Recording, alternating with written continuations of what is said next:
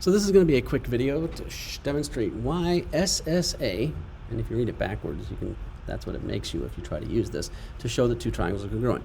Now, right after I say this, there is going to be a special case for certain types of triangles where SSA does work, but that'll be the next video.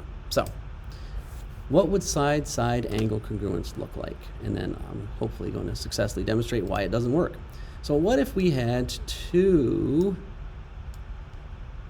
right? So we have A, B, and then there's a reason I haven't put the third side on here, but I've got two angles that are congruent, right? See, if you look, measure that up, right? I got this congruent to this. So what I'm going to do is, well, simply state that we know that AB, and if you look at that drawing, AB and DE were congruent, and then this angle, so angle A is congruent to angle D. So we know that. Side-side angle would be what? Well, side-side angle would mean that we have a side, then another side, then the angle. So that would mean we'd have to have this other side over here. Now you notice I've kind of left this hanging here. So here's the deal. I'm going to go ahead and draw in the third side. We're going to do it in a different color. Let's go with blue. I'm going to do this, and I'm going to rue the day that I'm using this program, but here we go. I'm going to draw this in, and let's say it's right there. Good? So that would be the third side for this triangle, and so the argument is that that would mean that this is my third side, so let's guess what I'm going to call this point C, okay? Now, here's the deal. If it were the case that I was to use that same length side down here, yes, I would get a congruent triangle. And then that would mean that I've got this side. Let's copy and paste this, actually. Copy and paste that, right? So that's the same length, right? That it would end up being the same triangle because of the same length, okay? Here's the problem.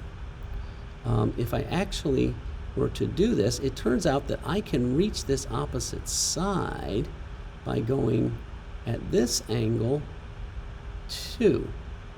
Now it's going to be kind of hard to show because I don't have the geometry tools here. Wait, maybe I do. Check this out.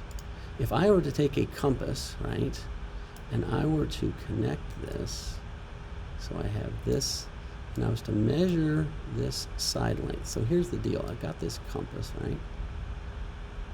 That's a certain length, okay? If I were to take this compass and rotate it and draw in something that was the same length here, okay, right, then I would be able to make a triangle. Now the idea is because I use this compass to measure this length, and then I put this little arc here, would mean that if I were to move this here, the argument is then that these sides, that is BC and E, well, DE, guess I'm going to call this one F, right, are the same. So this configuration, two sides and the angle not in between, two sides and the angle not in between, which is side-side angle. Are these two triangles congruent? Hopefully you can see that this triangle is obviously different than this one. This one would be an obtuse triangle. This angle is much larger than 90, right? Whereas this would be acute. These appear to all be less than 90.